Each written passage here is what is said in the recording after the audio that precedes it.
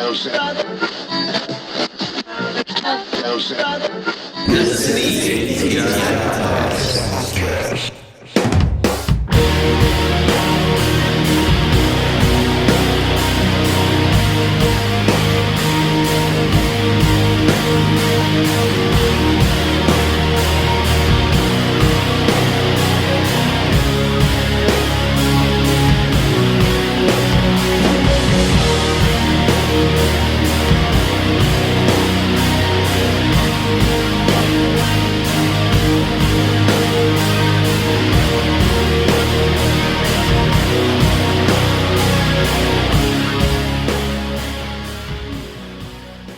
Hello, everybody, and welcome back to the ATI Podcast. Barrett here, Josh in the saddle as well, and we've got Ron from Vertical Space. How you doing today, Ron?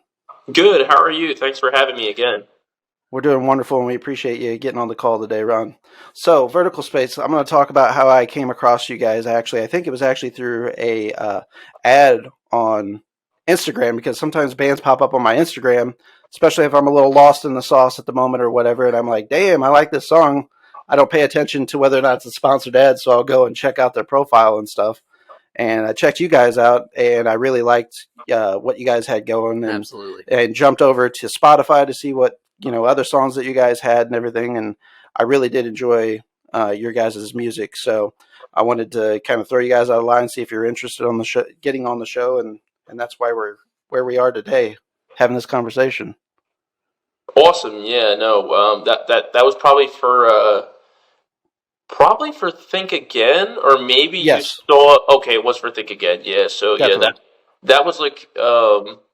Really, I feel like it was our strongest song from our first EP. So we kind of ran it. I think it was like a $50-$60 Instagram ad, but it was one of those ones where like we ran it over like several weeks or whatever the maximum amount of time is. So it was like, oh, you'll reach like 200 people a day, but for like, I don't know, like 90 days or something like that. So definitely that's super cool that you found us that way. Yeah, and I've found quite a few artists that I've come to like and things like that way. So I think, I like to let people know that too, so they know whether or not those ads have been effective for their outreach and that sort of stuff. But, Right. In the time that I know we've been talking about doing the show for like almost 2 months now too, kind of back and forth. And as we've gotten closer, a little bit more correspondence. But, Yeah. I've noticed your guys' plays and things increase over time as well. Your following on social media and all that stuff too. So I think that ad has really worked out for you guys too. Awesome. No. Yeah, thanks. Appreciate it. Yeah, no. Yeah, Think Again for us. I feel like it's been the gift that keeps giving. It's definitely like our most successful song thus far. So we stopped running the ads some time ago, but it's just good that it's still been able to kind of help us out a lot. So yeah, definitely. Yeah, for sure. Now you guys are from Jersey, right? New Jersey area? Yeah, New Jersey. Yep. Wow, man, that's awesome. Born and bred up there in that region?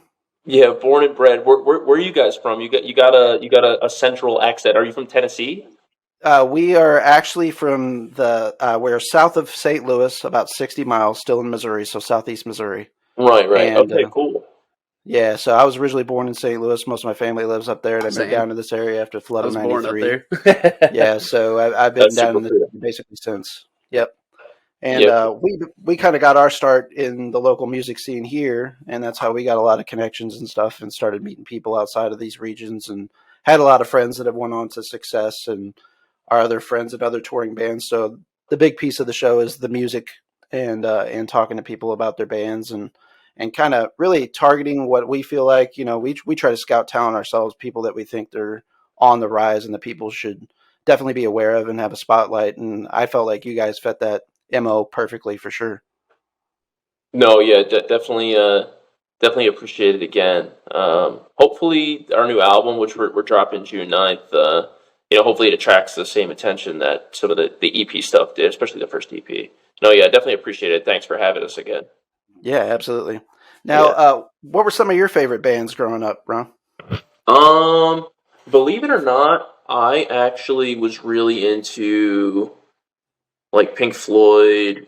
I listened to a lot of okay, so I guess modern bands like Balance and Composure, Turnover.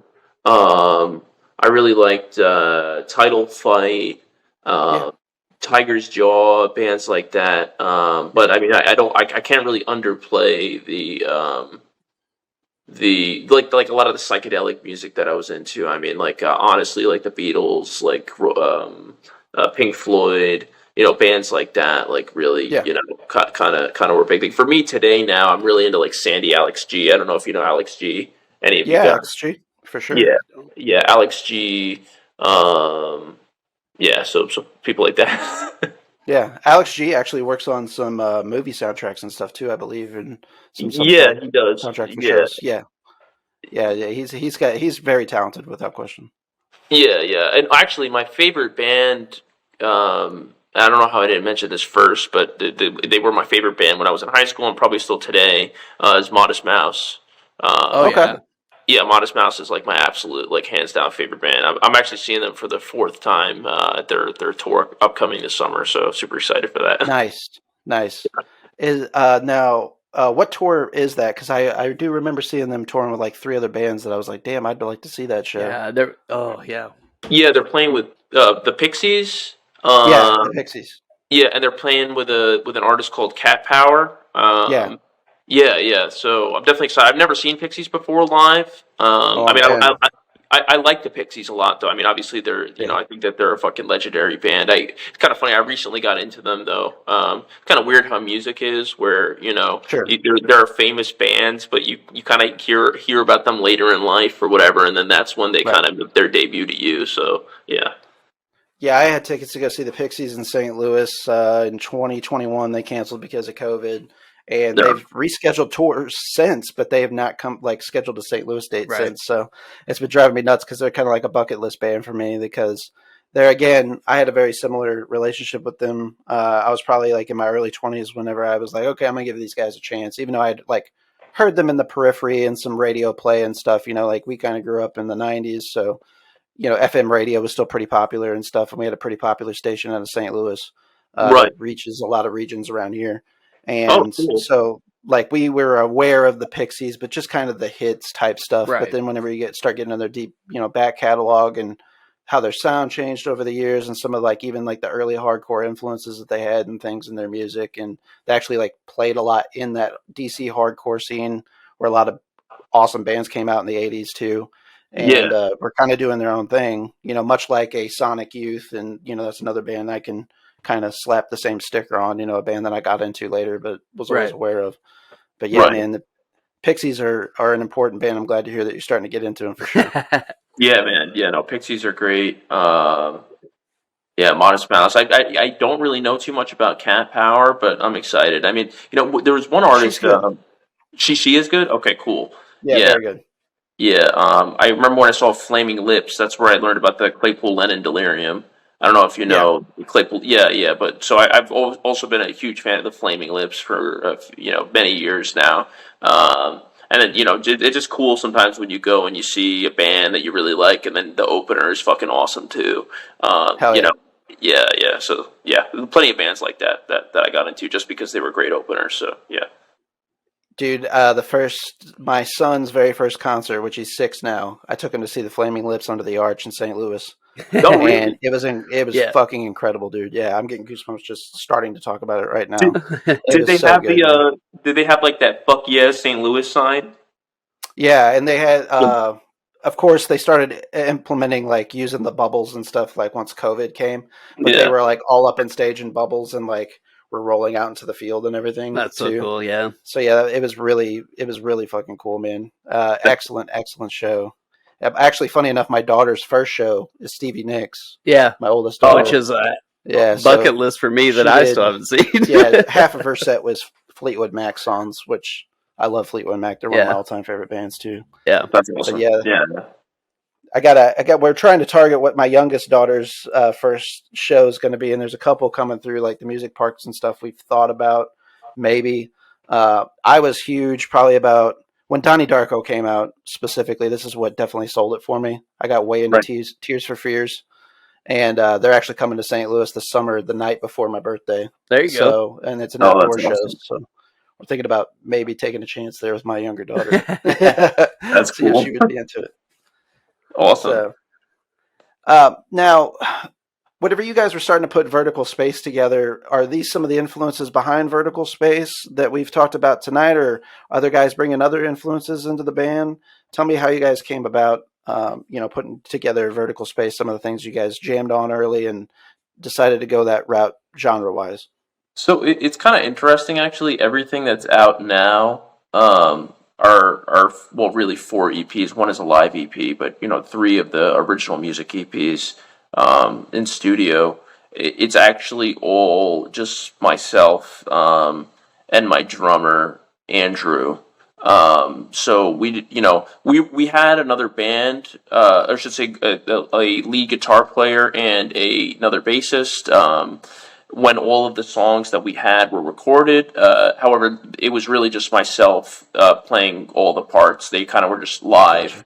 Eventually, that band didn't really work out, and so the lead guitar player that we have now and the bassist we have now were actually from my other band, Floral Gray. So I said, "Hey guys, you want to come over and join this new project that I've been working on?"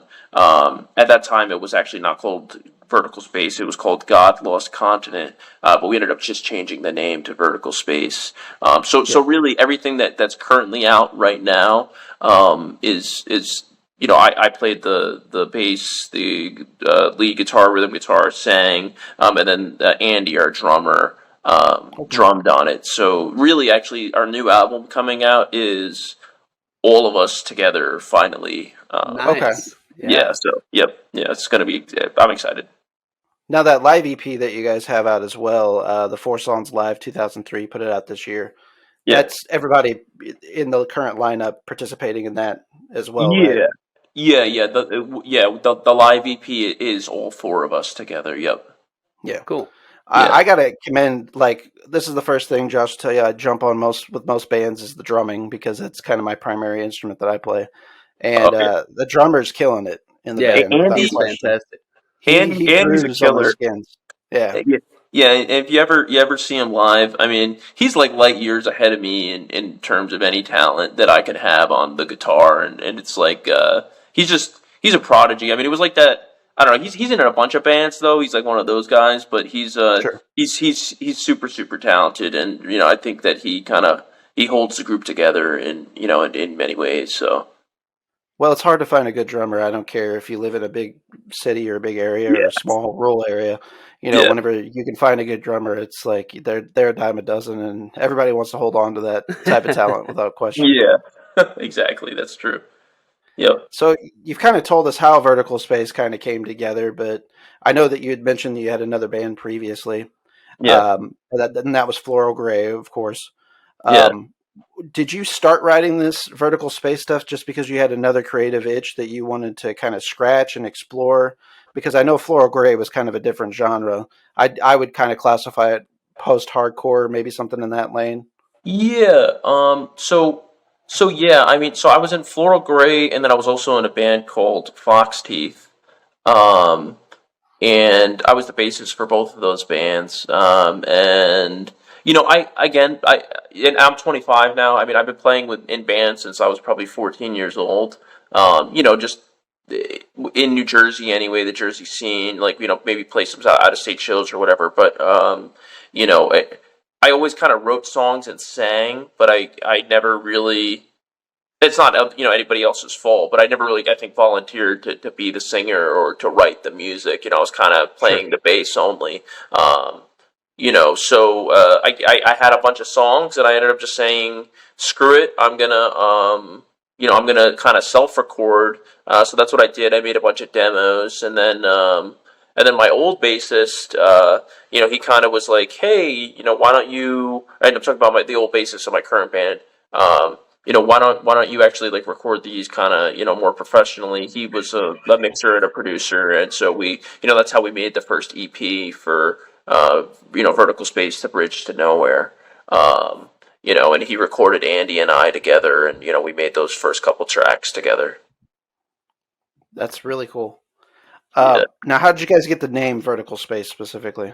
I know you said that's kind of the second name, but how'd you land on that? Yeah. So I was on a business trip in Georgia, and my buddy and I we were sharing some drinks, and he's like, he's like, because I told him I'm in a band, right? So he's like, yeah, like, the best band name in the world would be Vertical Brick. And I'm like, Vertical Brick, really? And he's like, yeah, dude. And I was like, and because I was talking about how when I got back from the trip, which would be in a couple months, because I was there for a while for it was like an IT related thing, but for a certification. But you know, I said that I was going to start like a new band, right? And I was like, oh, Vertical Brick is like too punk. Like I'm not really. I don't think I'm very punk. Like we're kind of a little bit more of like a softer, kind of spacier sounding band. And I was like, I thought about it for a couple days, and I'm like, what about Vertical Space? And like he hated it. The band actually, everybody, all the dudes in my band, they wanted to be called Vertical Brick, but I didn't let it happen. I said Vertical Space. Sorry. Surprised you didn't have a mutiny on your hands. Well, what do you think? You think Vertical Brick's a better name? Vertical Brick is. I'm trying to make sense of it. Quite frankly, now that you've said it, I'm just like it doesn't sound like it makes as much sense. And especially like the type of band that you are and the music that you guys play, like I can kind of see the Vertical Space a little bit more so. Yeah. Atmospheric, spacey sounds. Those are the kind of things, just kind of those words that come to my mind immediately. So Vertical Space seems a little bit more appropriate rather than Brick. But I think you do have a point there that it sounds a little bit more like a punk band. For sure. Yeah. Something a little grittier. And if somebody wants to take Vertical Brick, if whomever watches this, feel free. It's cool. Whatever you guys first got together, full band wise, did you guys have any set goals set forward? Short of obviously maybe writing more material, going out and play shows. Like, is there any goals that you guys have, and have you accomplished any of those goals so far? Well, I would say, and this is kind of. I don't want to maybe not the word controversial is the wrong way to put it, but like collectively our goal has always been to make a shit ton of songs, and like to put out like a bunch of songs, and we're pretty open about that. I mean, we play shows kind of a little bit selectively. We have a couple show announcements for the spring and the summer coming up, but we just recorded another 22 songs in total, so two full albums. And we're just our goal has always been to not necessarily like we don't think like we're the Beatles or some shit. Like we're not playing a show ever again. But really until we're kind of playing bigger shows, we kind of wanted to put out as much music as we possibly could, and I think we're accomplishing that. I mean, like we put out 4 EPs in basically a year since we became a band, and then for our second year now, we have our first album dropping in June, and then the second album's already mixed and mastered. So we're just kind of I don't know if we want to release 2 albums in the same year. That might be a little bit too ambitious, but we have something else ready to go. So we'll see what happens. But that's really been the goal for us. In terms of like where we want to be, I don't know. Like I feel like this might sound a little corny, but it's like wherever you are already is kind of where you're supposed to be. I don't know. It's like, if people vibe with the music and, this is the following we currently have, then, if one wants to get bigger per se, they just have to write more songs and make more, music that means something to someone. So that's the way I look at it. I don't know. I'm very much like a pull yourself by your bootstraps kind of person. So yeah. No, well said. I 100% agree with you on that. Yeah, absolutely. There's kind of 2 themes there I wanted to address too, and some of the things that you said.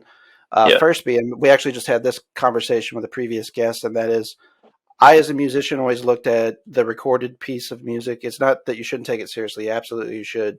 You should do your best and put out the best that you can. Yeah. That being said, that's the advertisement to see the live show. That's what's going to drive people to come out, see you in person, want to purchase your media, your physical media, buy a band T-shirt, get to know you, start following you on social media. That's the ad. That's the billboard ad for any band whatsoever. And then also, the second point is we have to consider that we're in the content age. Yep. And the more content that you have out there, the more exposure you have, the more possibilities. I mean, it's just like casting a wide net, Fishermen, they go out to sea. They're using big nets. They're not using these little rinky-dink nets, hand nets to go fishing. Yeah, and that's with intent. You're going to catch more fish with a bigger net. So with us being in the content age and any band, they needed to follow your example right now. And that is, get in there and let's hammer out some songs and let's put out some quality material because that's going to be the advertisement. Let people get to know us. Right. Absolutely. There's no bigger advertisement. Yeah. And I'll say, just to kind of expand on that, like just my personal experience, like, part of the reasons why other projects that I've been in, I feel like they kind of didn't really go anywhere is because we were very reluctant to release music because we were like, you guys are musicians yourselves, so you probably know exactly what I'm talking about. Like, you're sitting there, you write a song, and you think, oh my God, well, I could do this, I could change that, I could make this or that different, but at the end of the day, at least my philosophy is, a song is really a feeling that you had in a moment in time with the current skill set you had musically, and that, and it's okay to put it out, whatever it is, you can't obsess over everything and try to make everything 100% perfect, because music and art in general, I think it's perfect and it's in its imperfection. Absolutely. Yeah, 100%. And that's another thing we've hit in recent discussions too, is like anybody can get into the studio and kind of turn into like Brian Wilson, and start going mad with laying down a million tracks, and you'll never be able to reproduce that live. Exactly. You got to keep it, between the lanes and keep it realistic. And there's some musicians that notoriously put out stuff that you're going to hear some boners in some tracks. Oh yeah, yeah, and that just adds to the character. Like a band to me that a lot of people like to shit. It's like it's pretty cool to shit on Jimmy Page nowadays. Right. Some of his guitar playing, like kind of sloppingly on the backbeat and stuff, but that's his style. Like that's the signature to his sound. And he's one guitar player in the entire band that is Led Zeppelin, who's arguably the greatest rock band of all time. Right. So I love Led. I love. I don't know. Just my opinion. I think that a lot of the classic bands. And look, I'm from Gen Z. I feel like a lot of people kind of almost discount them. But it's like a lot of those bands were really trailblazers. I feel like for all the music that ended up coming out in the 80s, 90s that influenced the wonderful music that we have today and the alternative scene and the indie scene and all that. So I definitely appreciate it. I was just listening to Since I've Been Loving You actually by Led Zeppelin right before we came on. Oh yeah. Yeah. Dude, when I first got in my huge high school Led Zeppelin kick, man, I used to go to sleep every night listening to Zeppelin 1s, Zeppelin all the 2, greats. and I had a multiple disc changer, and I had a receiver in my room, and I had like a basement room to myself, and dude, I had that shit playing all night long, and I was dreaming Zeppelin. Zeppelin awesome. is one of the greatest bands of all time, man. You're never going to win that argument with me. Yeah. No, I got you. Yeah. Cool. Now, you talked about some of your guys' shows and things like that. Obviously, you guys have done some live performances. You have a live recording. One thing I want to comment on, too, with the live recording is I think that's cool that you guys released that because you don't see a lot of bands doing that very commonly, especially early on, putting out a live EP like that. It genuinely advertises what people are going to go see when they go to see you live. And it tells everybody, hey, we're this band. We recorded these songs. This is what we sound like live. We can still do it live. And I think that that's as good of an advertisement as anybody could have for their band as well. Yeah. Yeah, no, thanks for sure. I think, well, really, actually, we kept to the schedule. We try to release something every 4 to 5 months. And we had this kind of lull where we released that acoustic EP, which and then we had just finished the current album that we're starting to release singles for this Friday. The first single drops. So we were like, well, why don't we just do this? And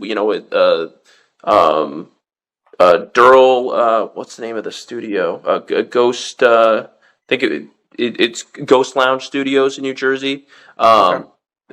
No, it's not Ghost Lounge. I'm sorry. It's Moongazer Studios. I'm sorry. We've been to a bunch of studios lately. But Moongazer Studios from Fords, New Jersey, they offered to kind of give us a free session. They heard our music and, so they offered to do a free session for us, for those live songs. And so, I really just kind of wanted to capture, what we sounded like without any sort of, crazy editing. I mean, there is like some level of, they added some reverb to my voice or whatever, Sure. some level of mixing, but it was, it was really just all of our effects, all of our instruments in one place so it was definitely something fun to do. And, it's kind of fun for you guys as musicians know, it's always fun to listen back on your live performances. So Definitely. Yeah.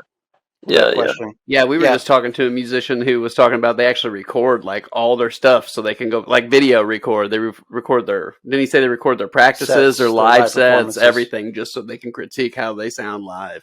And I was like, that's actually a really good idea, man. Yeah. Good on anybody who has the time to do all that too. Right. He's a full-time musician too, so yeah. And the memory on their phones or their camera or whatever. Yeah. Right. 100%. I agree with the logic for sure, yeah. What does the sound writing process look like for your guys' band? I know, originally you had all these songs that you wrote yourself, but is it more collaborative nowadays, especially with the new album coming out? What's that look like?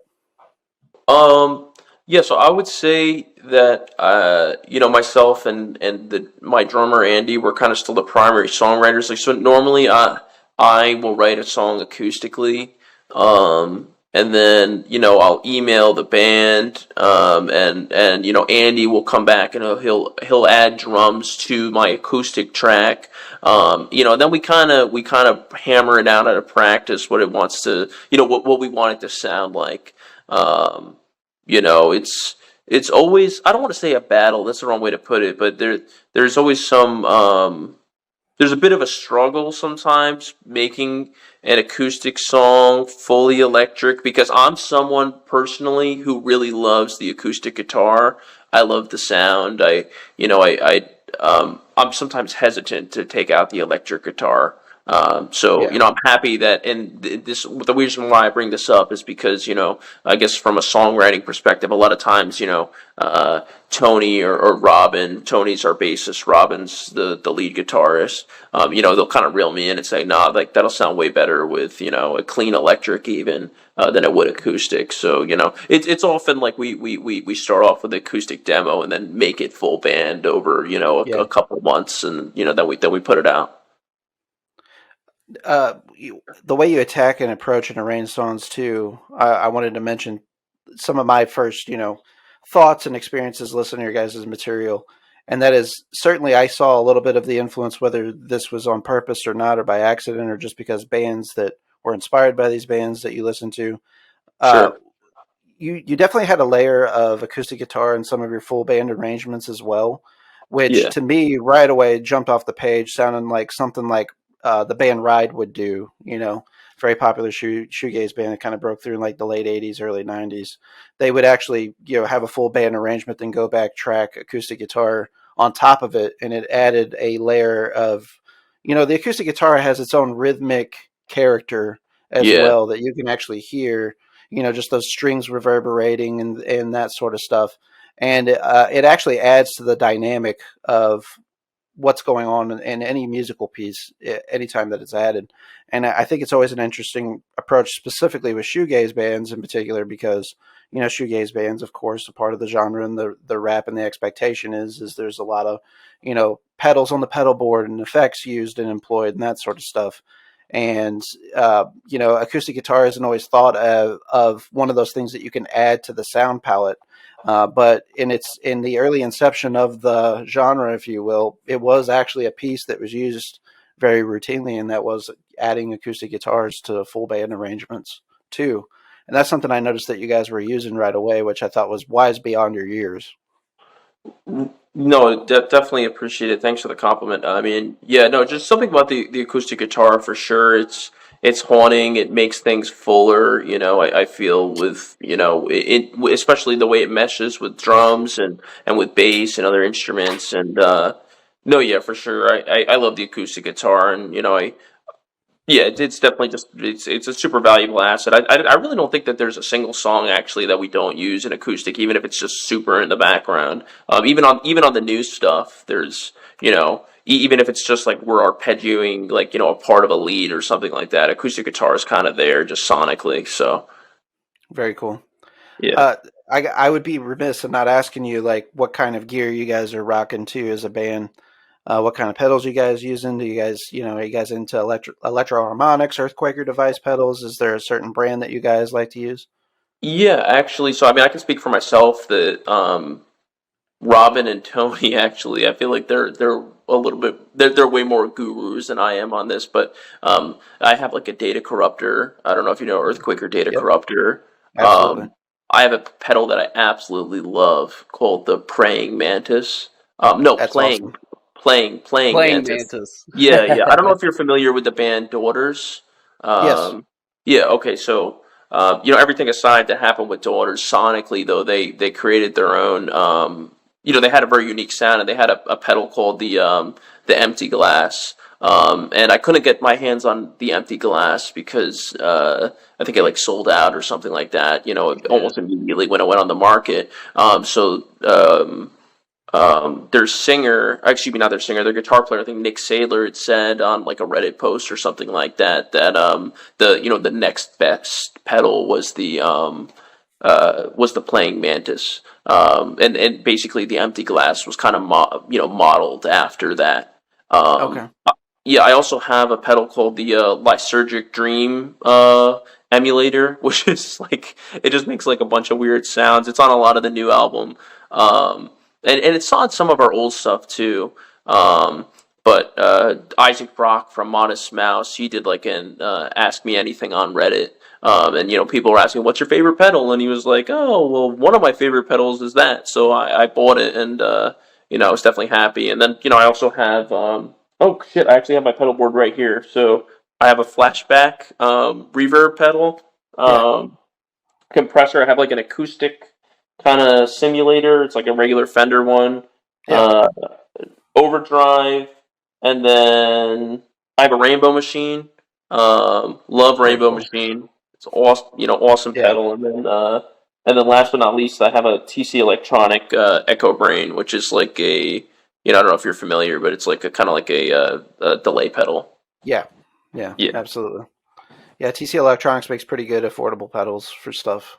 Yeah, If you're ever trying to go the affordable route, I mean, it's not like dirt cheap. You're not talking Behringer pedals, but Right. quality pedals still yet, right? Yeah. For sure, yeah. Ron, what type of amp are you playing through? So I actually use a combo amp. So I use it's a Johnson Millennium Stereo 150.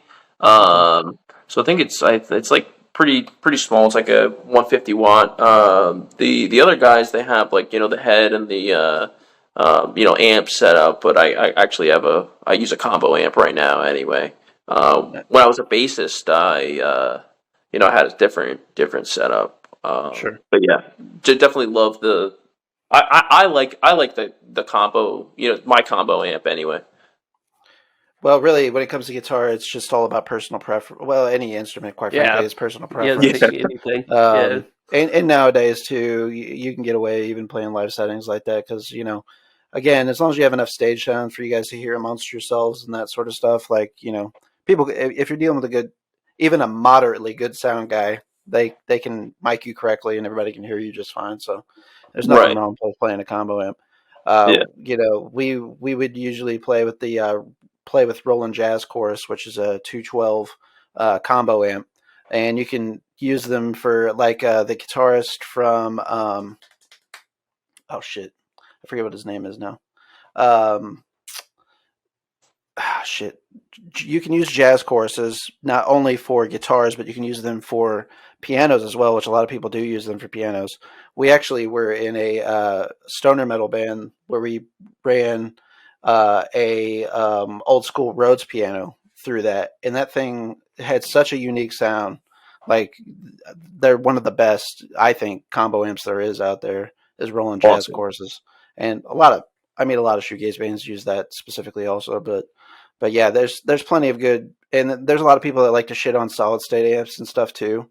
Yeah. There's good solid state amps out there, and again, the technology has come so far. Like even when I was younger, and a lot of the strictly digital stuff that came out that just sounded like so corny, Right. It's advanced so beyond that, in the last 20, 25 years. It's just insane, the technology that has come out. I mean, like I felt like this was relatively innovative, but there's so many companies that do it now. There's like amps and pedals now. So like I got the orange stamp pedal because I was like, okay, this is a good backup if somebody's head goes down or something like that. It's 25 watts of power that you can still run through a half stack cab and push some volume. That's Uh, awesome.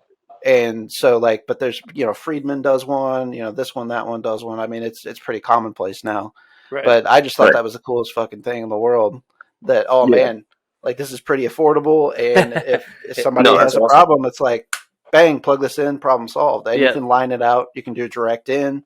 Right. It has its own loops effect chain as well. So you're not muddying up your signal also. So, I mean, there's a lot of good stuff out there nowadays. So Yeah, for sure. I would highly encourage people not to like be stuck to the old, traditions and people's, sayings about when it comes to solid state specifically. Yeah. Just do what sounds good Do you? to you, right? Yeah, absolutely. Yeah.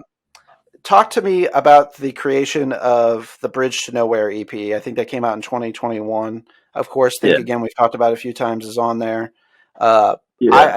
Some of the stuff that I heard when listening to it right away, I already mentioned the band Ride, but there's stuff on there that kind of hit the Slow Dive and Swerve Driver. Again, some of those, early shoegaze bands to me. Yeah. Just kind of talk to me about that creative content right there, that EP itself.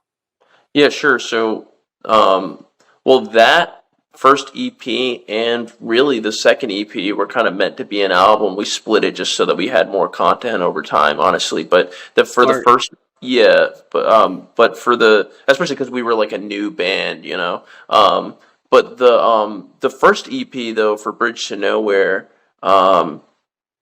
really it was. I didn't really think much about Think Again when I first made it, at all. I really thought that Not Even a Friend, the first song, was kind of like the better song.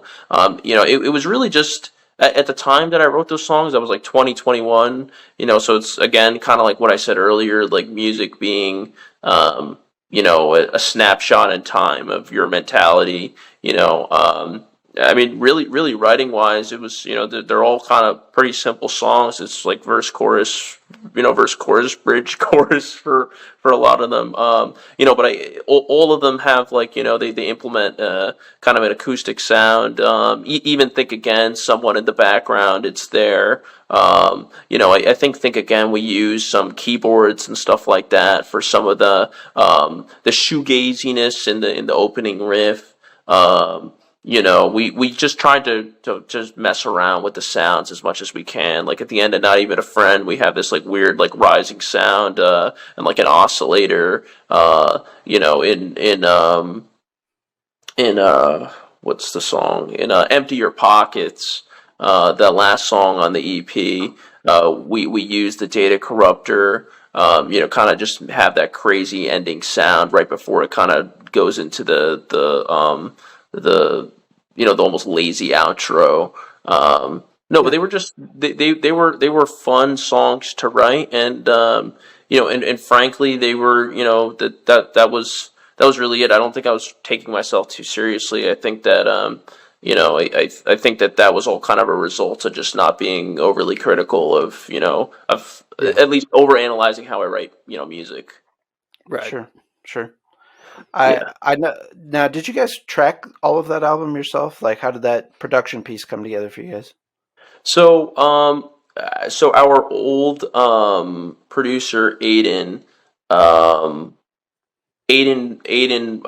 kind of recorded for us. Okay. So yeah, Aiden definitely helped us out, and we all kind of recorded together. Aiden was in our band. So that definitely helped things out, but definitely credit where credit is due. Yeah, right. Excellent Did he producer. also mix it, or did you send it off to somebody else for the mixing? She actually she mixed as well. Oh, Yeah. okay. Yeah. Yep. Very cool. Cool. Yeah.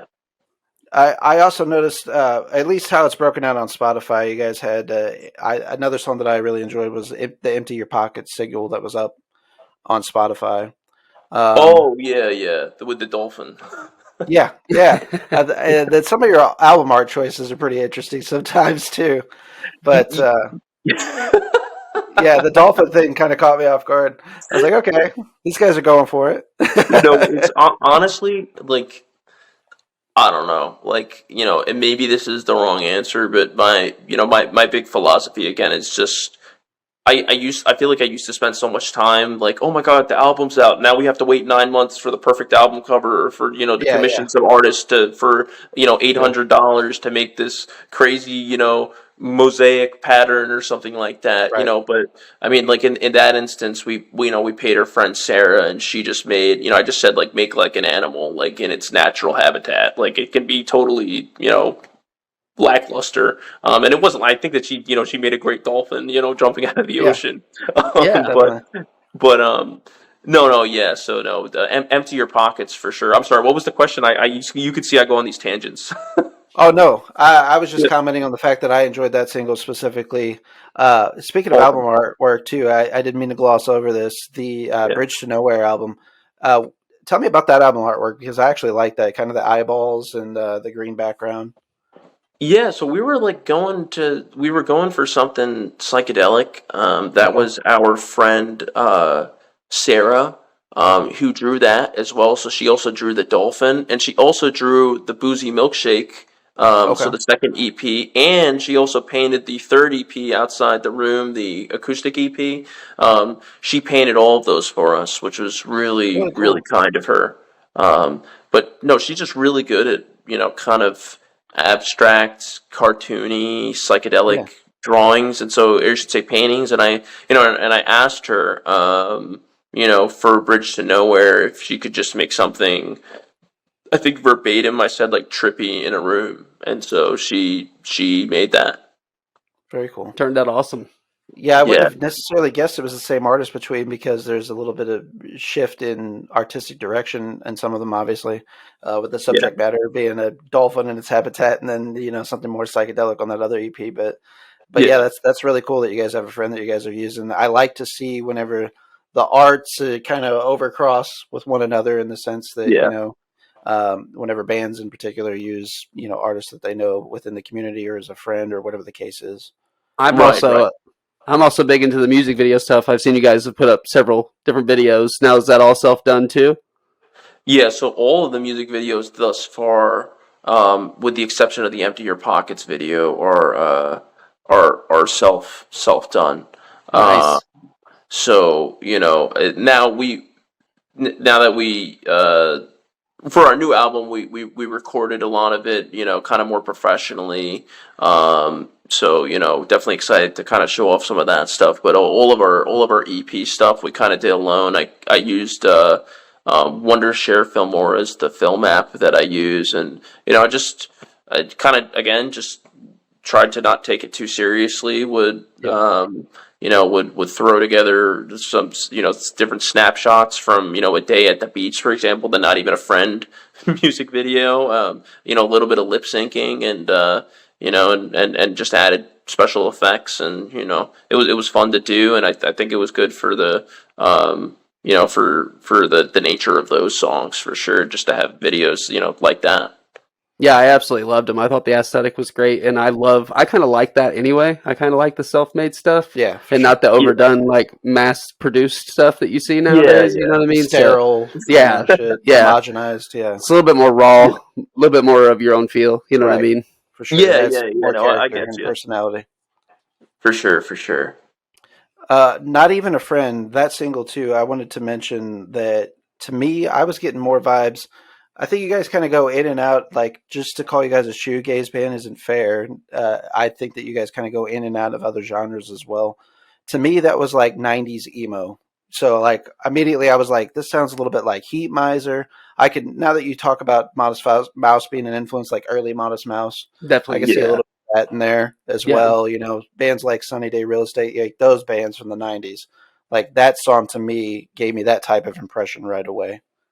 Awesome. No, cool. Yeah, I should have mentioned too. One of my favorite bands growing up too was Brand New.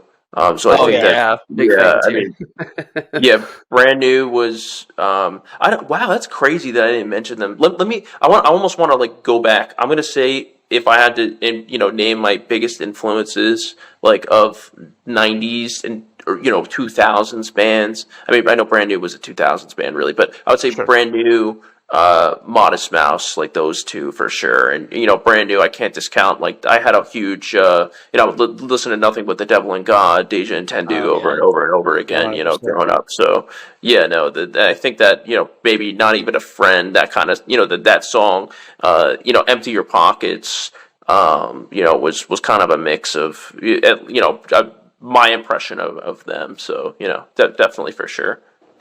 Yeah, I'd love to hear that. Brand New is one of our favorite bands for Absolutely. Yeah. We kind of already touched on this too, but I don't want to again pass this up to your previous band, Floral Gray. In that collab song that you guys put out, Crucifix. Yeah. I kind of immediately when I heard that, I'm like, okay, I got to go see what the business is with Floral Gray, and then I saw the band picture, and it was a lot of the same members.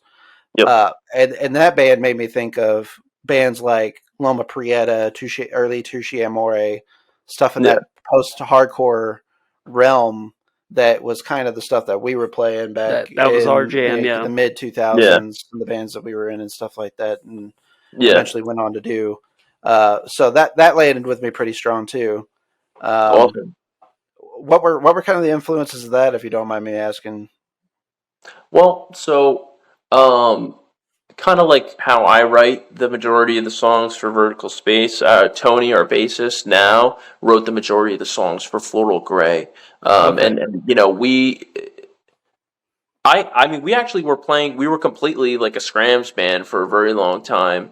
And we didn't really put out a lot of material until like 2020, and that's what we have out now in Floral Gray. But our previous band that was the precursor to Floral Gray was called To Vanish Tomorrow, and since 2014 we played out, and we just basically were we played Scrams, and we were kind of like a melodic hardcore band.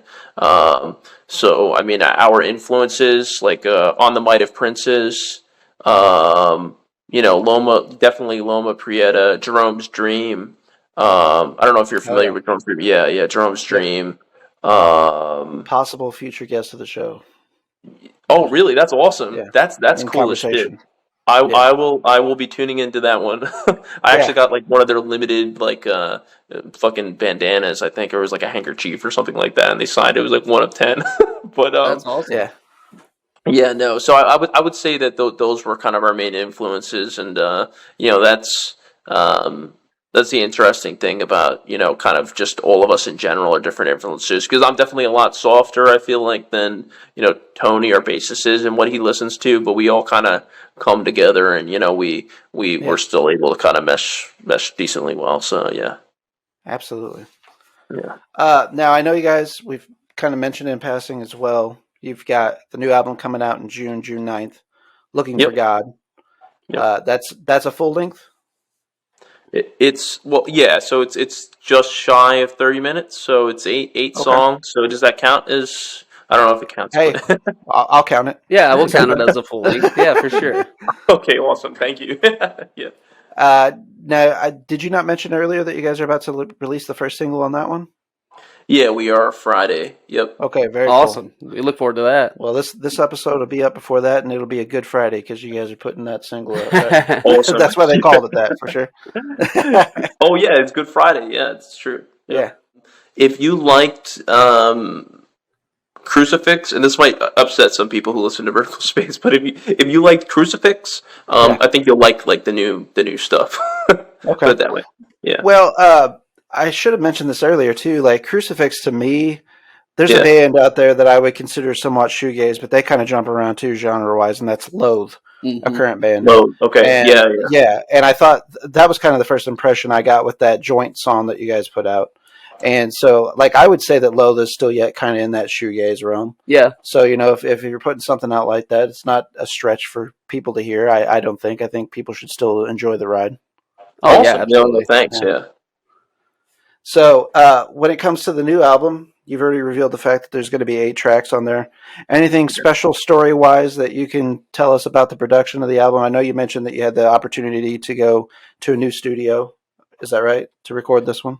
Yeah, we recorded through Big and Tall Recordings, or studios, I should say, in Wood Ridge, New Jersey. So that's North Jersey, kind of right next to New York. We're releasing the album through Sleepy Clown Records. They've been great. They're helping us with a like a cassette release.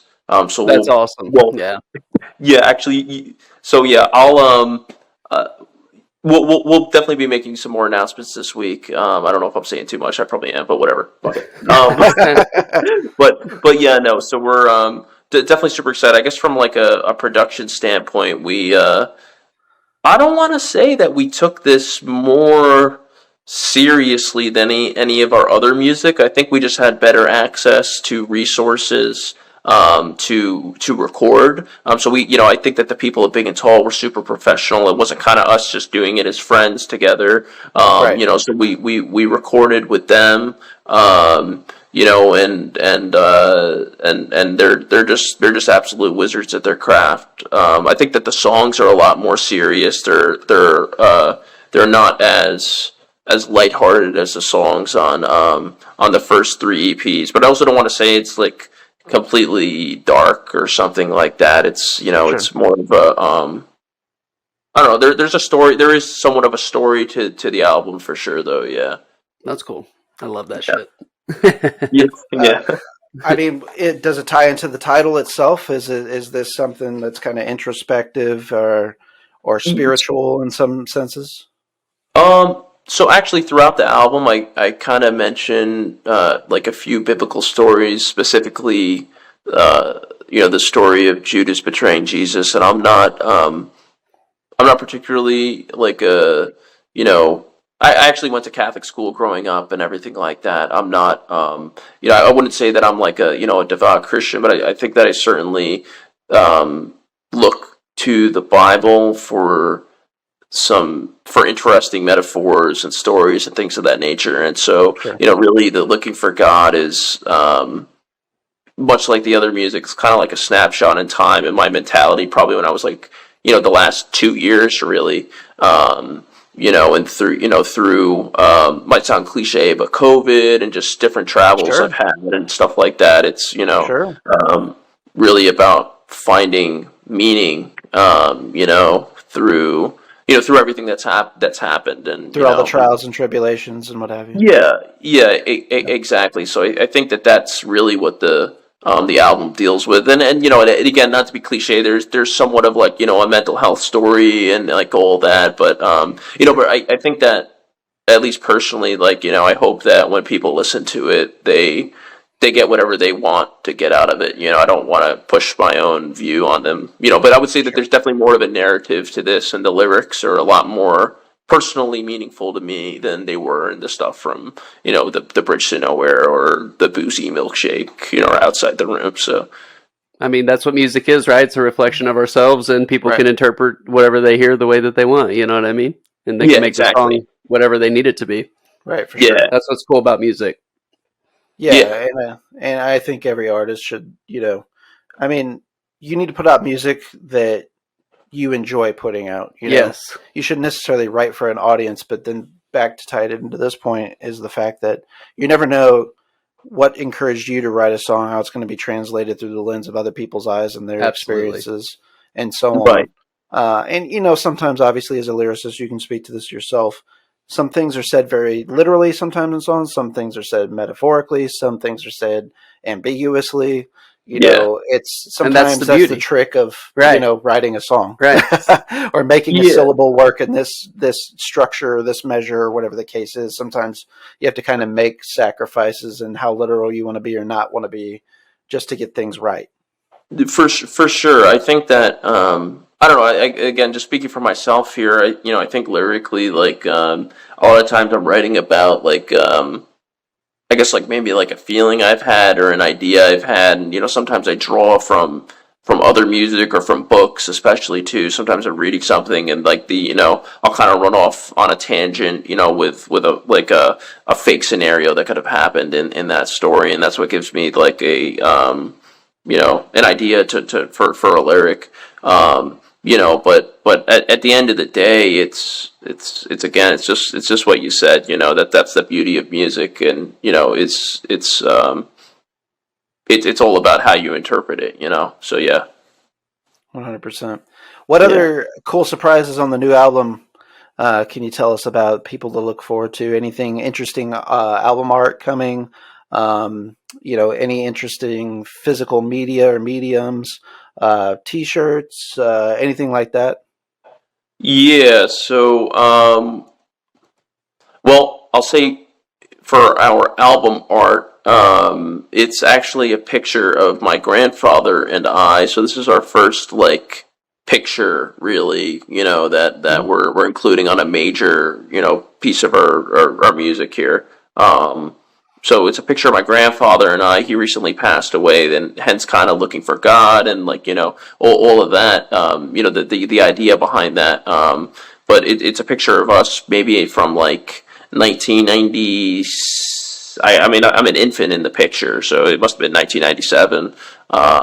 It's a picture of him and I, and he's like feeding me. And it was just kind of like a trippy thing, I guess. It's trippy for me anyway, knowing the story behind it. To see me as an infant, and then now, I'm 25 years later, and he unfortunately passed away. But that's the story of that album art. In terms of physical releases, yeah. So Party Mouse Records from Oklahoma. We're working with them, so we're gonna have CDs. We're gonna have a CD release as well. Both them and Sleepy Clown Records definitely helped us out a lot. So we're doing physical releases through them.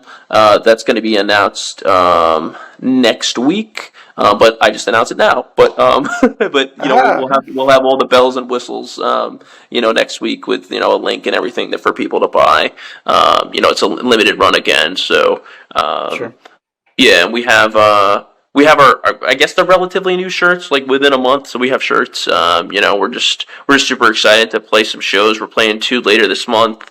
And hopefully some of those physical physical assets people will love and buy. So Yeah. Yeah, you're definitely in a great location too, man. You're on the East Coast music scene. You're like a hop, skip, and a jump away from New York and Philly, and that's awesome. I'm happy for you guys. Yeah, Boston. Yeah, Boston. Yeah. Yeah, no, definitely. Thanks. Yeah, actually, so I live in South Jersey. I'm literally 20 minutes from the center of Philadelphia, which I absolutely love, by the way. I'm a big Eagles fan, so. Are you? Yeah. Okay. Yeah. Hey, I'll tell you what. I was there like the day before the Super Bowl, man, and things were tense. So I mean, bet, it was still. Dude. I know the Eagles lost, but yeah, you know what? It's okay because there's always next year. Yeah, that's right. Yeah. There's next season. Yeah, absolutely, 100%. Yeah. So let's get into some random questions about you, Ron, just to let our audience know you a little bit better, peel back the curtain a little bit. What's your favorite flavor of cheese? Man, I had all podcasts to think about this too because you warned me, and I didn't. I mean, I guess. Oh man, I'm gonna probably hate myself for this after this too because I'm gonna mess it up. But I guess it does brie count? Absolutely. Yeah, 100%. Yeah. So I love like a good brie. Nothing wrong with that. I like weird cheeses where it's like a bacon flavored cheese or something like that. Right. But I also like Montemore. Like I don't know if you ever had Montemore. Yeah, I've heard of it, but I don't know if I've ate it. I don't think I've had it. I sound like a rich dude or some shit with all these. I'm not. I'm like a normal guy, but yeah. I guess like of the normal cheeses, like you can't be an American cheddar, in a beautiful grilled cheese. That's how I feel. Sure. Yeah. There's nothing wrong with that one. My sons would agree with that for sure. Yeah. my palate didn't really expand until I became like an independent adult. So like, I didn't know about all these cheeses that were out there until like well, we're in the Midwest, so we get there's a lot of cheese in the Midwest too. Yeah, that's true. That's true. Yeah, but like I think like as crazy as I got with my cheeses was like pepper jack back in the day, you know. But then I started exploring like various types of Provel and provolone and like a good smoked Gouda. Like I had this Gouda one time at this orchard up in Illinois that's really popular. Eckert's. Yeah. And they have like this little general store there. You can go out with your family, pick apples, pumpkins, all kinds of stuff. It's a really good place. It's pretty famous in the Midwest. Yeah, I love the Midwest. I have not been to Missouri, but I was actually just up in Wisconsin. I was in Illinois, Chicago area. I had my first deep dish pizza. I don't know if Indiana accounts. I guess it does, right? I would. I'd count it. Oh, yeah. Yeah, Indiana's definitely, I guess. Yeah. Yeah. I would say. Yeah, it's Hoosier country, so it definitely is. Yeah, definitely. Tornado Alley and Bible Belt, baby. Yeah. So, no, for sure. Yeah. But I just wanted to mention my support for the Midwest. Appreciate it, man. Yeah, Midwest is one of those areas that a lot of people, it's popular to shit on. But I will say as I've gotten older, like when I was younger, I was like, I need to get the fuck out of this hellhole. Yeah. But as I got older and like traveled to other places and like, had my experiences, my life experiences and that sort of thing, like, it's hard to beat like Missouri in the sense that like you get the extreme of every season. You get to experience everything. There's such beautiful like natural areas around here. We got so many state parks and shit like that that's free. Like, and it's other states cost charge of living for that stuff, here, and the cost of living is really the big selling point for me. Yeah. It's expensive here for sure. I don't think it's not as bad here as it is in like California, but definitely New Jersey, New York is like, it's definitely like probably the third and fourth or second and third most expensive. Yeah, I'm confident it's in the top 10, if not top 5. Yeah. Back to my cheese though. Yeah. So I had a smoked Gouda cheese that I'd never had in my life. It was aged like something obscene, like, obscene to me. I'm sure the cheese snobs out there are gonna be like, "Oh, that's baby shit." But it was like I want to say they said like 6 or 7 years. So they have like this general store on site that like everything's really expensive in, and you can get like products that are made with things off the farm and everything else.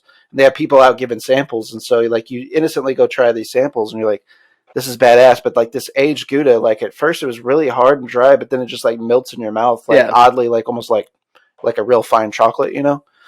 I never had that experience before. I was like, this is cheese. Yeah. This is so odd. And there's so many different types of each type too. Like we have a Mennonite and Amish store out here. Like that's part of, they have several communities through here, and they make all different kinds of weird cheeses and stuff too. Head cheese. Yeah. My grandfather used to make head cheese. I don't know if you know what head cheese is, but it's brutal. Shit. Yeah, it's brutal. Look that up. It's like boiled in a cow's brain or something. Yeah, like they take all the offals and like the heads and stuff, and they kind of put it in this thing and they boil it all out, and then they like kind of mix it with this clear gelatin thing. So it's basically like buttholes and belly buttons and ears and tongues and eyes and brains. What the fuck? Hard pass on me. Yeah. Hard pass on me. Anyway, back to the pod. What would you say is the best gift that you've ever received, Ron? Damn. Best gift I've ever received. That's a tough one. I mean, like, damn. I don't know. So my girlfriend and I, we bought a condo here in the I don't live in Philadelphia, but the East Philadelphia as I call it, but I'm really in the Jersey side. But anyway, so her parents just bought me an oven. That was nice. Awesome. Yeah, so they bought us an oven. So that was a great gift. Man, I'm trying to think of like the best ever though. Shit. Yeah, when you're 10 years old, you didn't think an oven would be a badass gift at 25. But dude, that's an awesome gift. Oven, but yeah, as an adult, because our old oven, exciting. Like the door broke, like the handle, and then like the inside compartment like was like kind of shattered one day, and we were like, oh shit, like how are we gonna make cookies now? And her dad, her dad just like bought us an oven. It's like an electric oven that like it's like a smart oven, so like you can tell it what to do when you're sitting on the couch. And it's just okay. I'm gonna roll with that. it's hard to say the best gift because that's a very deep question, but I will say that's the best gift the past 6 months that I've received. There you go. There you go. Yeah. That'll work. Hell yeah. Yeah. Ron, are you a sports guy? And if so, what's your favorite sport?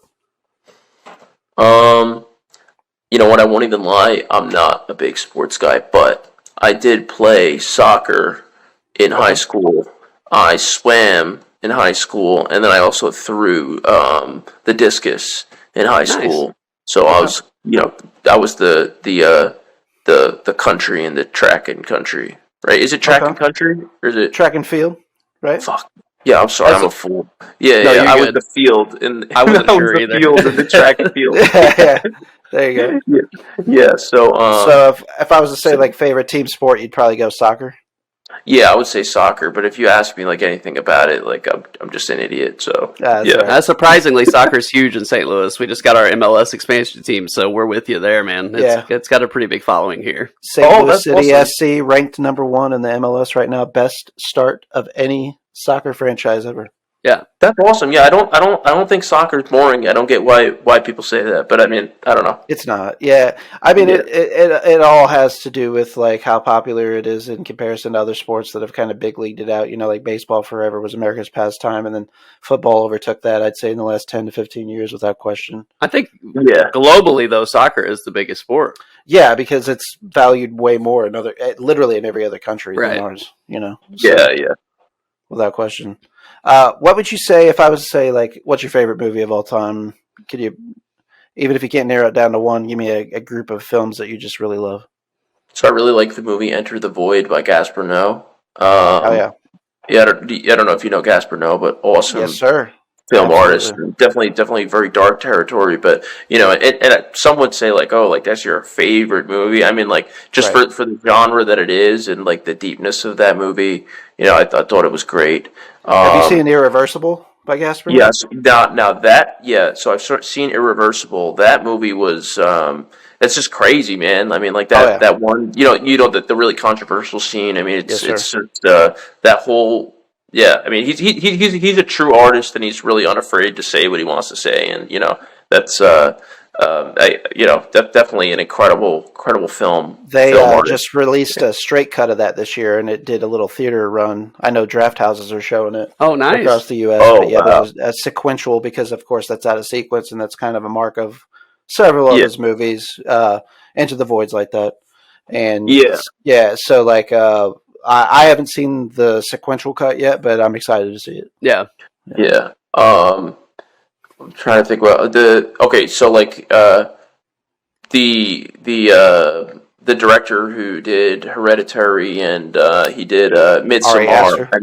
That guy. He's like an absolute. I think he's like a genius. Like for his time now. All of his movies have been great.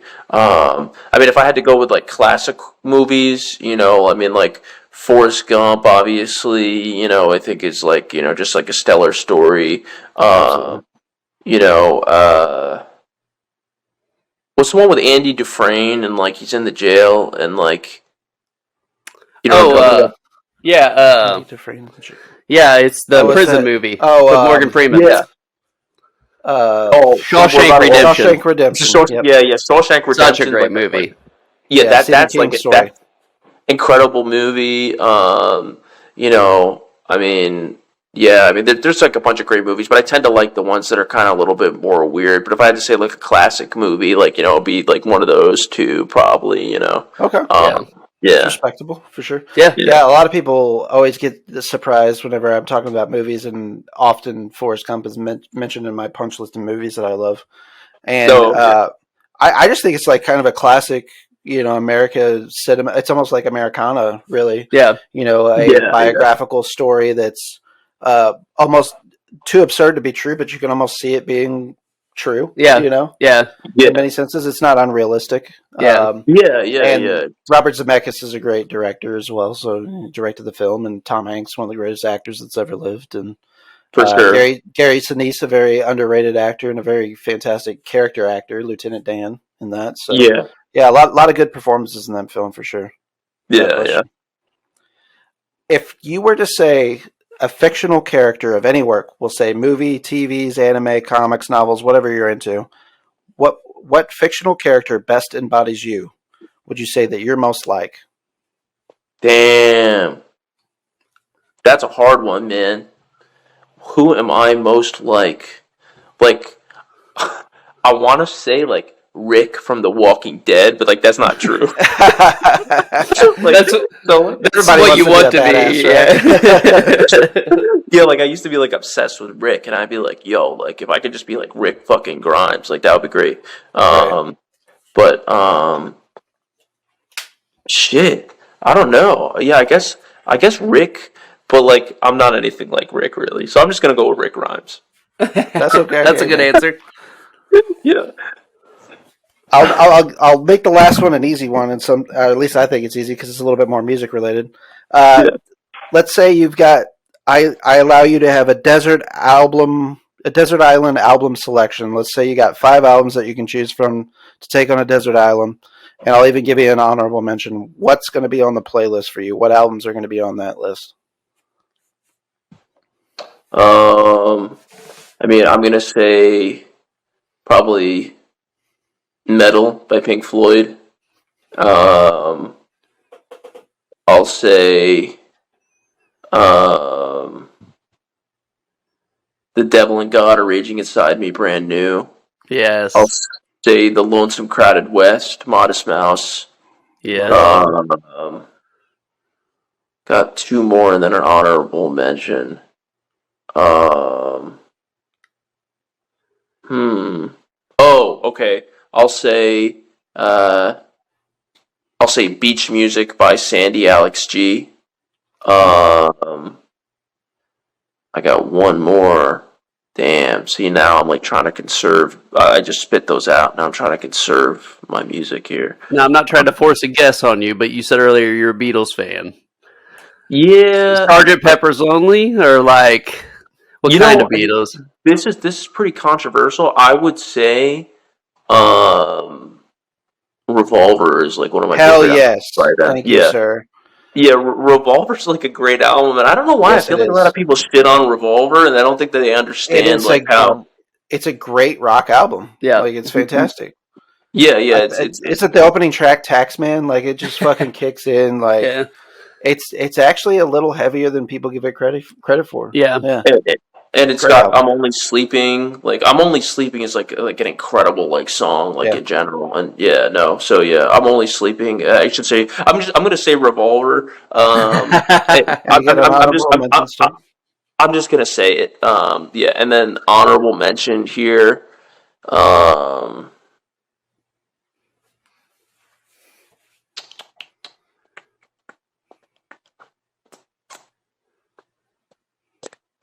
So I've said Alex G. I've said Modest Mouse. Let's roll with. You know what? I'm gonna throw it back to what I liked when I was like 14, and I'm just gonna say not 14 when I was like 16. I'm gonna say The Things We Think We're Missing by Balance and Composure. It's an honorable mention. Really, we really need 100 albums to take with us on a desert island. Yeah. But I'm gonna say that as my honorable mention. I hear you. Well, very respectable picks. By absolutely. Sure. Thanks. Nice variety for sure. Yo, thanks, yeah. Oh, actually, shit. You know what? I'm gonna take back one of those. Let's throw out Revolver, and let's put Blonde by Frank Ocean. Nice. There you go. Nice. Yeah. Big fans. So I mean, not that too. the Beatles are. Yeah, I love Frank Ocean. Incredible for sure. artist. Yeah. I just got a bootleg of Ultra Nostalgia record, and that thing's been on repeat constantly because that's whenever I first came across Frank Ocean when that album came out. That was the hot one. Yeah. And that's a beautiful. He can't release it. Yeah, he can't release it like commercially because he uses samples from a lot of other bands like Hotel California's on there. Yeah. Strawberry Swing from Coldplay uses that. There's a couple other that I'm forgetting, but yeah, that album's fantastic, and the lyrics on that are fantastic as well. And it's just like an earworm, man. It just sticks in it sticks in your brain for days. Without question. Catchy. Love it. Yeah. Especially that song White Ferrari, like I don't know, and I don't know if I'm saying this wrong, Siegfried, but that song is like It's just perfect. I think like both of those two songs, White Ferrari, Seek Fried, Solo, like those songs are just crazy, and they're just truly beautiful songs. I think a critical selection for me personally, like when I'm talking favorite albums, is I always have to include something that's like a good night drive, and I think that album specifically, Frank Ocean Blonde's a perfect night drive album. Yes, yeah, without question. Yeah. Like one of my favorite like memories is just like driving at night as a kid and just like listening to music, not necessarily going anywhere specifically or taking my time to get wherever I am going. That's the wife and I's favorite part of date night. Yeah. Just listen to music on wherever we're going. Right. Yeah. 100%. Ron, you've been so generous with your time, and I appreciate everything that you've divulged to our group here, even some things maybe that you shouldn't have too early. Nah, it's okay. It's whatever. It's like next week we announce anyway, so whatever. But yeah, no, I'm definitely excited, and thank you guys. You guys ask awesome, interesting questions, so it definitely appreciate it. Thanks for letting me talk about our music. Yeah, 100%. Now, where's the best place for people to follow you guys going forward as far as social media is concerned, stay in contact with the band, keep updated with things you guys got going on? Definitely Instagram. You can follow us at Vertical Space Band, and that's us on Instagram. So wonderful. Don't worry, we'll be making sure to tag these guys and everything that we post, guys. So you guys will have all the links to all their stuff and all their music. So 100%. Yeah, awesome, and in the episode details, we like to put links out there as well. So even if things drop after the fact, let's say like for example the album, that sort of stuff, where people can get it and all that, we'll be sure to link it up in the episode details for you guys too. Sure. Yeah. No. Thank you. Appreciate it. Ron, we appreciate your time again. We're looking forward to staying in touch with you, and hopefully, whenever you guys got some more stuff to put out, we'll have another conversation down the road again. Awesome. Definitely appreciate it again, guys. Thank you. Judas was Jesus' best friend. Judas was Jesus' best friend. Judas betrayed his best friend for 31 seconds.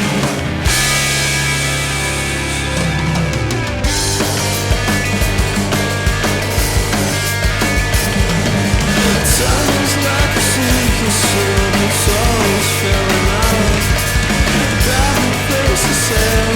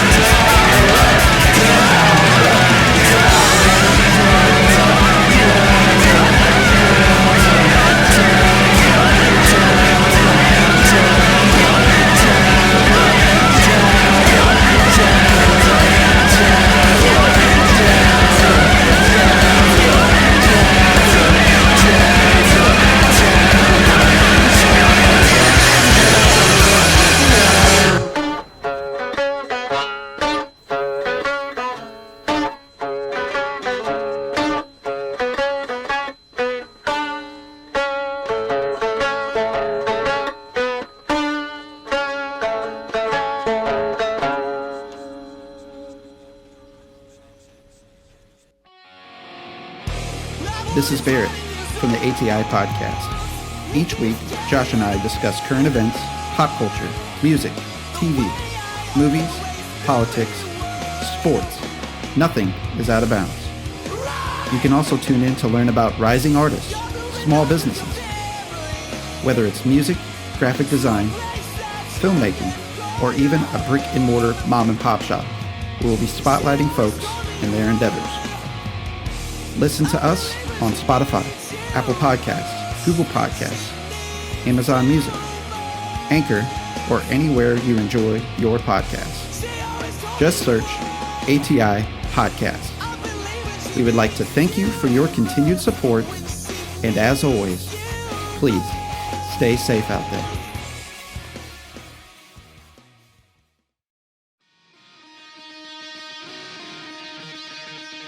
Hey, this is Josh from ATI Podcast. For show updates and news about the podcast, follow us on social media.